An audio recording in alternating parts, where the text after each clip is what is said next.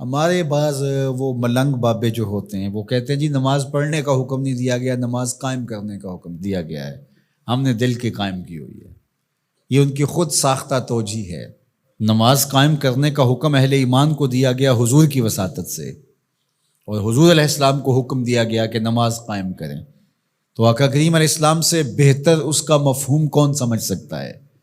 تو آقا کریم نے رکوع اور سجود والی نماز پڑھی اور قیام نماز کا عملی اظہار لوگوں کے سامنے رکھا، پھر اس کے اندر کیفیت کس قدر ہو تو یہ پھر جتنی قربت اللہ کی بندے کو نصیب ہوگی اس قدر وہ آگے بڑھتا چلا جائے گا۔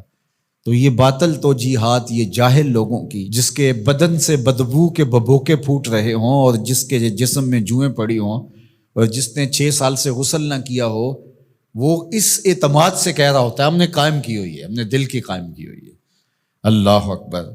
تو یہ اس معاشرے میں ایسے لوگوں کو ماننے والے اور ایسے لوگوں کی باتوں کو غور سے سننے والے اور ان جاہلانہ باتوں کو معرفت کی باتیں قرار دینے والوں کی کمی بھی نہیں ہے۔ تو اللہ تعالیٰ جل شانہ سے ہدایت مانگنی چاہیے کہ اللہ ہمیں ہدایت کا نور نصیب فرمائے۔ تو اقامت نماز سے کیا مراد ہے؟ اس کی فرائض کے ساتھ ادا کرنا، یا پھر رکوع سجود تلاوت کا اتمام اور اس میں خشوع کا اور خضوع کا اظہار اور اس میں مکمل ڈوب جانا کہ گویا تم اللہ کی عبادت کر رہے ہو تو اس کو دیکھ رہے ہو۔ اور حضرت عثمان غنی رضی اللہ تعالیٰ عنہ فرماتے ہیں کہ جس نے صحیح وضو کیا، حضور علیہ السلام سے روایت کہ جس نے صحیح وضو کیا جس طرح میں نے وضو کیا ہے اور 2 رکعت پڑھی اور اس میں اس کو کسی غیر کا خیال نہ آیا، تو اللہ تعالیٰ اس کے پچھلے سارے گناہ معاف کر دیتا ہے صرف 2 رکعت سے۔ لیکن اگر ساری نماز ہی خیالوں سے بھری پڑی رہی اور تصورات کہیں اور بھٹکتے رہے اور انسان کھڑا نماز میں ہے لیکن بہکتا کہیں اور رہا، تو پھر وہ نماز کی صحیح اقامت نہیں ہوگی۔ تو اقامت صلاۃ سے مراد جو ہے وہ یا تو اس کو فرائض و واجبات کے ساتھ ادا کرنا، اور دوسرا مفہوم کے خشوع کے ساتھ پورے اراکین کا اعتدال اور اتمام۔ تو دونوں اس کے مفہوم بیان فرمائے گئے ہیں۔ تو ظاہر ہے کہ ابتدا کے اندر تو کوشش ہوگی کہ فرائض واجبات پورے ہو جائیں، تو وہ خشوع اگر نہیں بھی حاصل ہو پایا تو پھر بھی کوشش جاری رکھنی چاہیے، نہ یہ کہ اب وہ تو کیفیت ہی نہیں نصیب ہو رہی تو میرا نماز پڑھنے کا کیا فائدہ۔ حضرت محدث کچوچوی علیہ رحمہ سے کسی مرید نے کہا حضرت نماز پڑھتا ہوں لیکن لطف نہیں آتا، مزہ نہیں آتا۔ تو آپ نے اسے سوالیہ انداز میں پوچھا کہ اس کے باوجود بھی پڑھتے ہو؟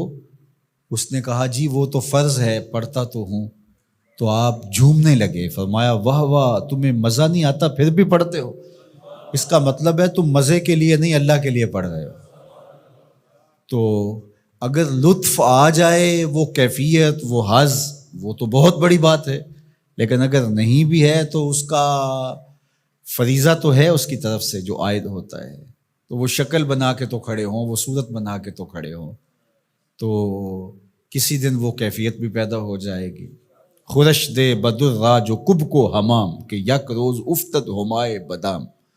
سعدی شیرازی فرماتے ہیں کہ دانے ڈالتا رہے، چوغا ڈالتا رہے، کبھی کبوتر آئے گا، کبھی کوا آئے گا، کبھی کوئی اور فاختہ آ جائے گی، لیکن کسی دن وہ بھی آ جائے گا جس کے لیے تم یہ سب کچھ کر رہے ہو۔ تو اس لیے محنت کو جاری رکھو، کوشش کرتے رہو، تو ایک دن انشاءاللہ اس کیفیت میں بھی چلے جاؤ گے۔ دروازہ کھٹکھٹانا چھوڑنا نہیں ہے، دستک دیتے رہو، کبھی تو بوا کھلے گا نا، کبھی تو آواز آئے گی کھلا ہے دروازہ آ جاؤ اندر، پھر اندر سرور کی وادی ہوگی، کیف کا جہاں آباد ہوگا۔ اور آقا کریم نے ہمارے لیے آسانی پیدا فرما دی کہ اللہ کی عبادت اس طرح کرو کہ گویا تم اسے دیکھ رہے ہو، اور اگر یہ نہیں تو کم از کم یہ کیفیت تو ہو کہ وہ تمہیں دیکھ رہا ہے۔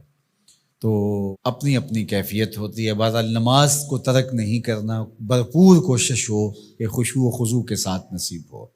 تو نماز کی اقامت کا یہی مفہوم ہے۔